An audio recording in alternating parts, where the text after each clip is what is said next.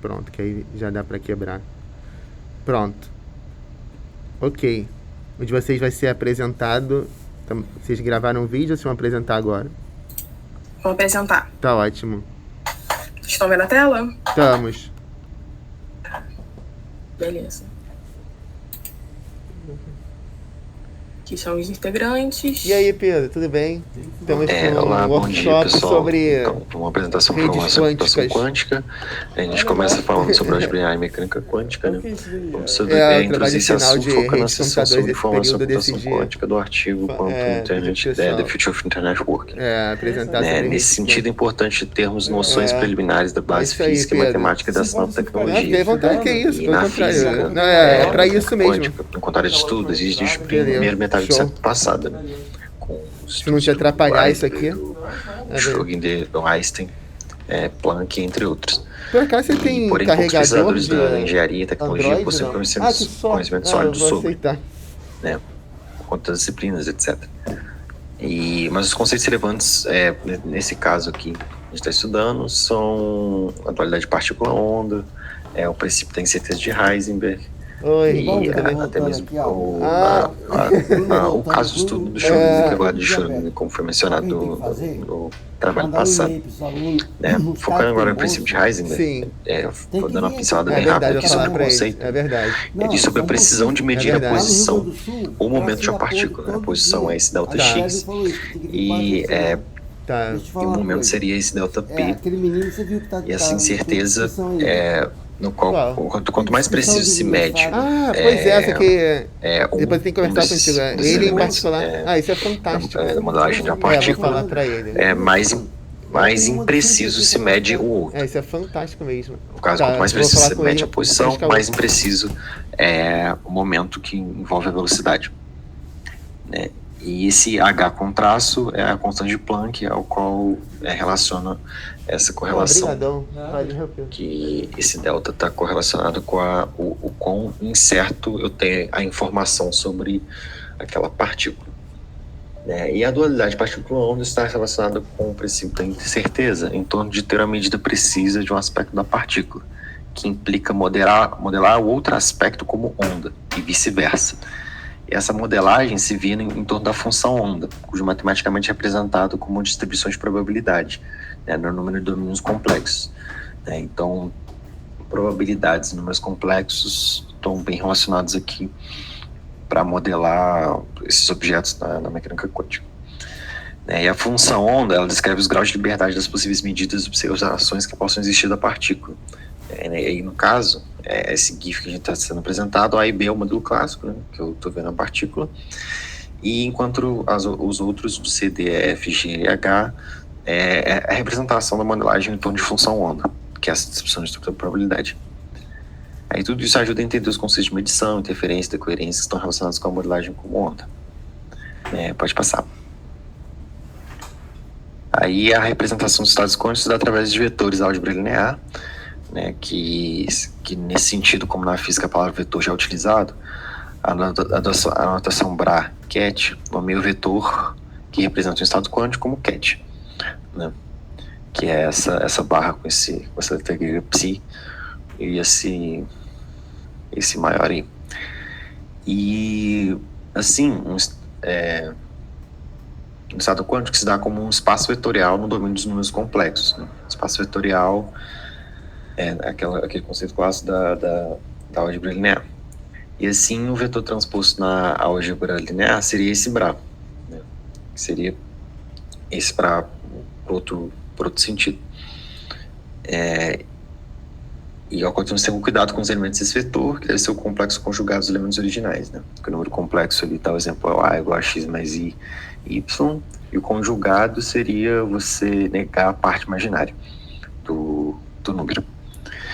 E assim, os conceitos como produto interno, produto externo, traço de uma matriz e a matriz de densidade são relevantes exteriormente, pois as operações são em torno de vetores de matriz. São operações em torno de objetos da álgebra linear. E pode passar. E aqui temos a comparação da representação clássica da informação e a representação quântica. No bit clássico a gente tem lá ou a informação é 0 ou 1, aí tem esse p-bit que é você modelar a probabilidade daquele bit, que é uma descrição de um objeto probabilístico, que pode ser que você tem um número p para 0 ou 1 menos p para 1, porque a probabilidade total é 1. E no qubit você tem essa informação de probabilidade modelada como número complexo, né, relacionada como se cada vetor do espaço vetorial 0, 1 fossem vetores canônicos, né? Então eles são ortogonais entre si. Mas como número complexo, você modela como uma esfera a qual esses números estão relacionados dessa forma, né? Por que esfera e não plano? Porque a gente tem a gente teria 4 números para representar, né? Porque tem 2 números complexos e como pode dizer? Cada um desses elementos que estão nesses brackets são, na verdade, 2 números complexos. Isso, são 2 números complexos. Então é por isso. Eu posso ter números reais relacionados a ele. Entendi. Como é a representação física deles, o que importa um desses elementos, um desses 2 números, os números complexos, eles são associados, o que é importante ali é a fase entre eles. Aí por isso que você tem só três dimensões, né? E como a probabilidade total ela é igual a 1, o produto interno dele com ele mesmo, que seria o tamanho do vetor, da representação do estado quântico, também deve ser igual a 1. Então o máximo que pode existir esse estado quântico é dentro de uma esfera, né? É por conta disso. Entendi. Aí é isso. Bom, então, vou falar um pouquinho sobre o qubit, né? Ou bit quântico. Ele é basicamente uma unidade de informação quântica, né? Essa informação, ela é, como a gente viu anteriormente nos slides, ela é descrita por um vetor de estado em um sistema de mecânica quântica de 2 níveis, né? O que normalmente é equivalente a um vetor de espaço bidimensional sobre os números complexos. E o bit quântico, ele também assume valores de 0 e 1, mas ao contrário do bit comum, suas informações elas podem ser sobrepostas umas às outras, né? Então, enquanto a base binária soma a informação de cada bit, uma sobreposição de qubits, ela resulta na multiplicação das possibilidades dela, né? Então, por exemplo, um bit equivale a 1 qubit e armazena uma única informação. Mas enquanto 2 bits juntos eles armazenam apenas 2 informações, 2 qubits armazenam 4 informações diferentes. Do mesmo modo que 3 bits armazenam 3 informações contra 8 informações armazenadas por 3 qubits, né? Então, enquanto a informação total armazenada pelos bits ela é igual à soma direta deles, a informação armazenada por um conjunto de qubits ela cresce exponencialmente, como a gente pode ver nessa tabelinha. Pode passar, por favor. Então, a gente pode tratar agora sobre os múltiplos qubits, né? Que basicamente a gente pode interpretar como sendo um conjunto relacional de 2 ou mais qubits, e é comumente chamado de registrador quântico. Um par de qubits, ele também pode estar em superposições desses 4 estados, né, que a gente já viu. E o importante estado de 2 qubits é o estado Bell, né? Esses pares de Bell, eles têm a propriedade de que os qubits eles são correlacionados ou emaranhados, né? E para a gente explicar um pouquinho aqui sobre o emaranhamento quântico ou entrelaçamento, ele é basicamente um fenômeno da mecânica quântica, no qual os estados quânticos de 2 ou mais objetos, eles devem ser descritos como referência um ao outro, né? Mesmo que os objetos ali individuais, eles possam estar separados espacialmente. Pode passar, por favor.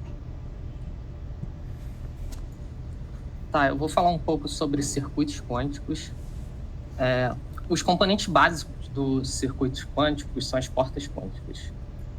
Você pode pensar nas portas quânticas como análogas às portas lógicas dos circuitos digitais, com algumas diferenças importantes.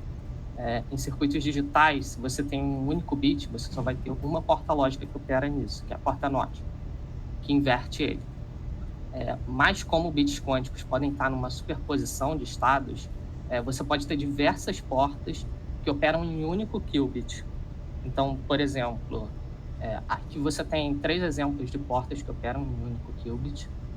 A porta NOT, que ela inverte os componentes alfa e beta, o que, se você pensar nisso conceitualmente, é inverter a probabilidade do qubit colapsar para um 0 ou para um 1 quando você lê ele.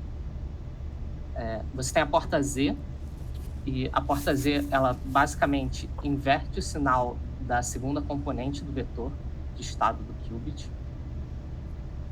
E a porta Hadamard, que dentre essas 3 tem as propriedades mais interessantes. A porta Hadamard, se você, por exemplo, aplicar ela a um qubit no estado 0, ela vai te devolver um qubit numa superposição dos 2 estados, representada ali pelo primeiro componente, por exemplo. Se alfa tivesse módulo 1 e beta fosse 0, a superposição, quando você aplicasse a porta Hadamard, ele ia ficar numa superposição. Outro ponto interessante sobre a porta Hadamard é que, quando aplicada 2 vezes, ela retorna o mesmo estado inicial. Você pode ver isso, por exemplo, elevando a matriz ao quadrado, você vai ter uma matriz de identidade. Pode passar. Ao aplicar portas quânticas, você altera o estado do qubit. Isso pode ser representado como rotações da esfera de Bloch. Então, aqui a gente tem um exemplo de uma porta Hadamard aplicada a uma superposição de 2 estados. E aí você pode ver que isso significa aplicar uma rotação de 90 graus em torno do eixo Y e uma rotação de 180 graus em torno do eixo X, a esfera de Bloch, o que te dá um estado 0. Pode passar. Mas não adianta nada você aplicar as operações às portas quânticas se você não tem um jeito de ler esses qubits. Então você tem que ter um jeito de medição. Uma coisa que você pode tentar é medir o estado completo do qubit. É uma pergunta que a gente pode se fazer. É possível, dado um qubit, a gente determinar o alfa e o beta? E a resposta é que não, que é impossível. O que a gente consegue é fazer uma medição, e na hora que você mede, esse qubit vai colapsar para um estado 0 ou 1. E esse estado vai depender das componentes do vetor de estado do qubit. Então, se alfa, ele vai colapsar para 0 com probabilidade norma de alfa ao quadrado, e para 1 com probabilidade norma de beta ao quadrado. Pode passar. Bem, eu vou falar um pouquinho de alguns fatores que alteram os estados dos qubits. Primeiro, a interferência, que é a combinação de 2 ou mais ondas que formam uma resultante. E esse resultado ele pode ser do tipo construtivo, que reforça uma única onda, ou do tipo destrutivo, que cancela ela. Conforme essa imagem aqui, conforme essa imagem aqui. E já na mecânica quântica, as ondas se comportam como partículas e vice-versa. Isso por conta da dualidade onda-partícula que foi falado anteriormente. E essa interferência ela acontece entre partículas que chegam à mesma posição, o estado quântico, por caminhos diferentes. A decoerência, também que foi citada por outros grupos, ela se trata de uma decadência gradual de um sistema, isso porque os estados quânticos eles são frágeis. E aí, por isso, a manipulação desses estados deve ser feita de modo coerente para poder ter a segurança que aquela informação vai estar certa no final. Só que esses estados podem... isso para poder ser medido, né, conforme a gente falou no slide anterior. Mas como não é possível isolar completamente um sistema quântico, algumas perturbações indesejáveis podem chegar conforme o ambiente e afetar esses estados. Aí isso seria, no caso, a decoerência. Aí a fidelidade é uma medida de distância entre operadores de densidade. Ele possui algumas propriedades úteis que, no caso, pode ser também usado como comparação entre estados, que pode também fazer uma medida de distância entre estados puros, como costuma ser chamada de probabilidade de transição. Aí ele tem como calcular o grau de similaridade entre os estados quânticos, e uma dessas grandezas mais usadas é para quantificar essa similaridade. Aí ele também tem um estado puro, que é o quão similar é esse estado. Então, se for igual a 1, é que ele é exatamente igual. Se for menos, é que não é exatamente igual.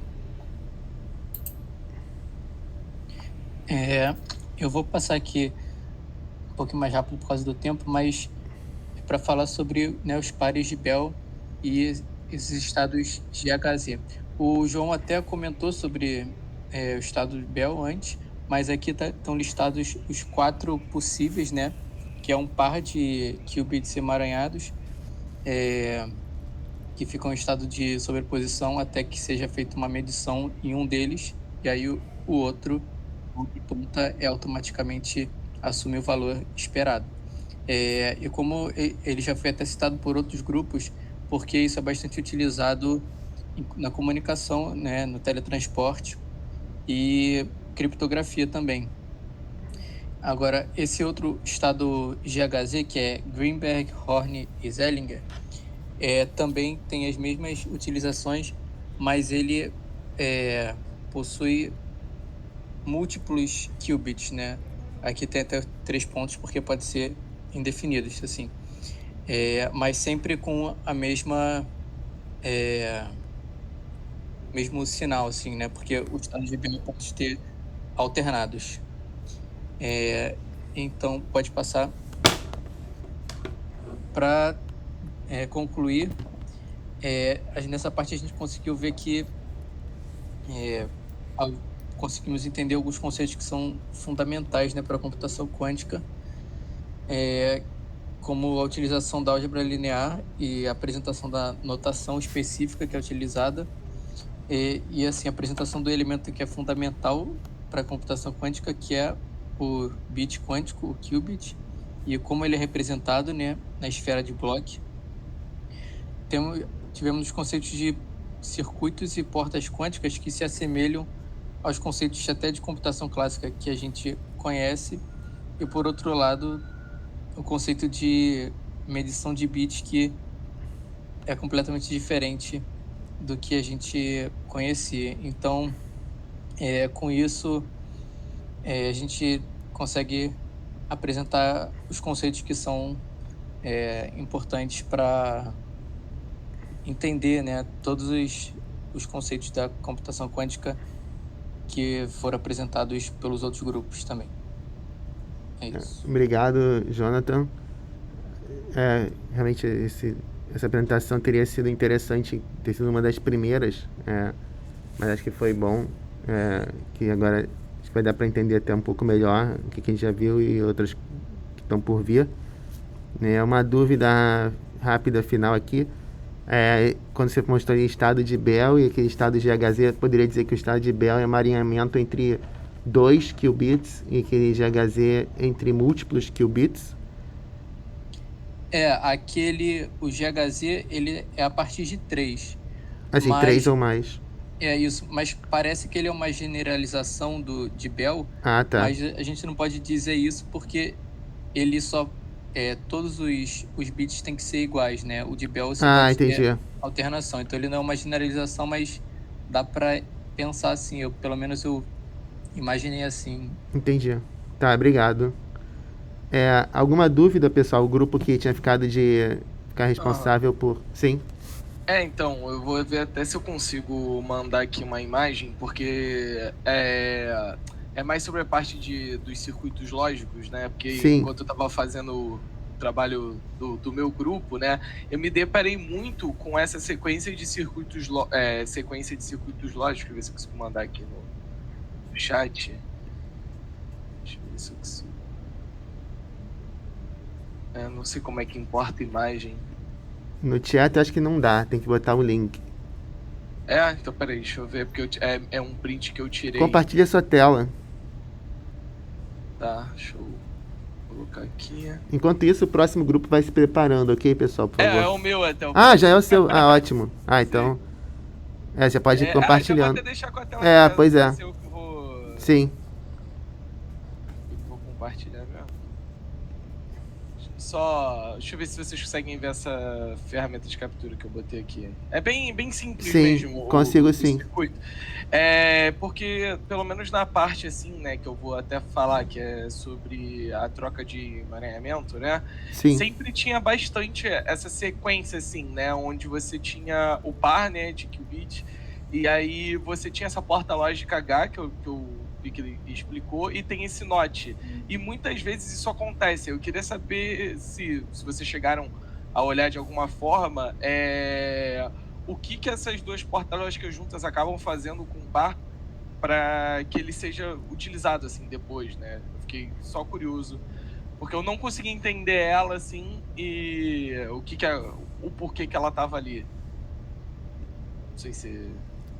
Interessante. Não sei se eu entendi bem a pergunta. Pelo que eu entendi, a pergunta é que você explicou, acho que foi o Jonathan que explicou, que o Hadamard serve para fazer o emparelhamento. Mas, pelo que eu entendi, o cara está comentando que muitas vezes aparece esse H seguido do NOT. Então, por que isso acontece? O que você tem alguma ideia do que significaria, né, esses dois? A gente sabe que o NAND é um ou com as entradas barradas, por exemplo, no caso clássico. Será que no caso, que é uma das regras, tem até um nome para isso, né? Que um AND com as entradas barradas é um NOR, e o OR com as entradas barradas é um... O AND com as entradas barradas é um NOR, e o OR com as entradas barradas é um NAND. Será que tem uma coisa parecida aqui, que um H com a saída barrada tem algum nome? Um detalhe, essa porta é a Controlled NOT. Controlled NOT. A NOT em si, ela é como se fosse essa Hadamard, só que com um X, né? Em vez de um H, um X. Então tem um nome isso. O Controlled NOT, ela usa esse segundo qubit para avaliar se faz uma operação do NOT. Então é tipo um if? Basicamente, nesse circuito aí, você vai aplicar a porta Hadamard e aí você tem meio a meio, né? Metade de chance, por exemplo, se fosse 0 o estado do qubit entrando, você teria metade de chance dele colapsar para os dois lados. Quando você aplica ali a NOT, você está dizendo que se for 0 em cima, você vai inverter o de baixo, se for 1 em cima, você vai inverter o de baixo, e se for 0, você não inverte. Agora, se tem algum nome para a composição das duas, eu não sei. Então, esse Control NOT, eu lembro de quando eu olhei assim sobre, as pessoas assemelhavam bastante ao if ternário e tal, aí eu fiquei nessa dúvida também. Mas beleza, obrigado aí.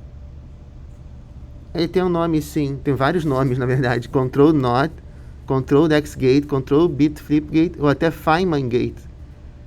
Gate de Feynman. Ou Control Poly X, caramba, são muitos nomes. Obrigado por ter trazido esse ponto. Na verdade, vocês tinham comentado que o Hadamard é usado para fazer o entanglement, mas pelo visto o que está dizendo aqui é que não sei se agora eu acabei caindo. Eu que estava falando mutado. Tá. Mas o que eu encontrei aqui na Wikipedia é que tem um nome, sim, é Controlled NOT Gate, mas que também tem vários outros nomes. Tem 1, 2, 3, 4, 5 nomes, sendo que um dos nomes é Feynman Gate e o outro é Pauli Controlled Gate. Então... mas acho que o Controlled NOT é a segunda parte do diagrama dele ali. Aí tem uma Hadamard antes. Sim, é verdade. Tem razão. Essa combinação dos dois aqui The Hadamard Transform Base. Tem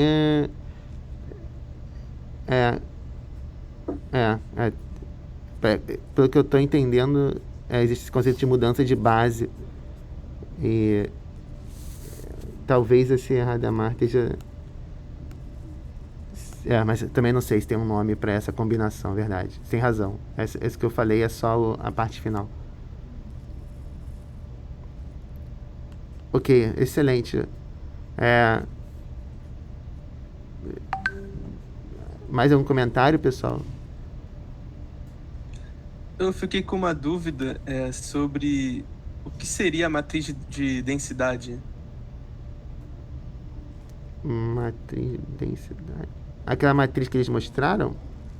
Não, tinha acho que um slide que tinha uma fórmula e escrito matriz de densidade. Vocês podem mostrar de novo, por favor, pessoal? É um produto externo ao qual você faz do estado para você ter a matriz. E ela tem a condição do traço ser igual, né? E ser um valor positivo, né? Ela é utilizada para, como foi mencionado lá na frente, por conta da qualidade, para você saber a qualidade da informação, né? Entendi. É basicamente isso. Tranquilo, muito bom trabalho. E tem uma probabilidade associada, né? E, geralmente o estado ele não é só o número, não é só o vetor. Ele tem uma probabilidade associada a cada um dos vetores, que são 2 no caso, que é o qubit. Mas é isso. Você já tinha estudado isso, Gabriel? Não, eu peguei, li os slides e o artigo. E, enfim, tem até nas referências como é que fala? Uma playlist de uma física. Aí você assistiu essa playlist? Sim, eu assisti a playlist para entender os conceitos. Legal. Então você recomenda essa playlist, né? Sim. Eu não cheguei a falar do algoritmo de Shor aqui, acho que com essa playlist deu para entender bastante. Não só a algebra é importante, mas o cálculo 4. Porque o algoritmo de Shor envolve reduzir o problema para você achar o período de uma função. Tem esse problema de fatoração. E pelas propriedades dos qubits, como são cada um desses vetores desses estados quânticos, eles se resumem a essas composições de ondas, né? A interferência nada mais é que uma soma de ondas, que você meio que induz o qubit a um dos dois estados. Isso funciona como um atalho. Por isso o cálculo acaba sendo rápido, né? Aí é isso. Tá. Muito obrigado. Vocês estão me ouvindo? Sim. Eu tinha ficado também com uma dúvida no slide que vocês tinham passado da esfera não sei se era de Bloch ou não. Por que ele tem os números irracionais como um outro eixo? Você sabe? Você não?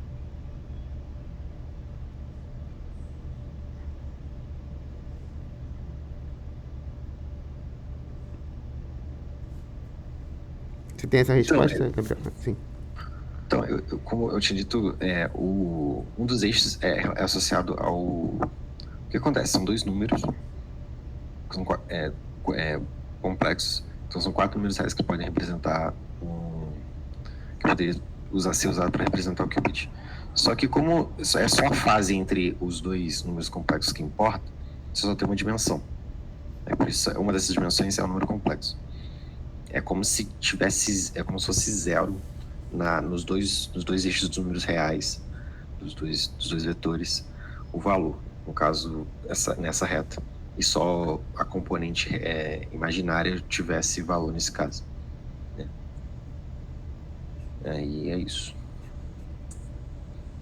Entendi, valeu pela resposta.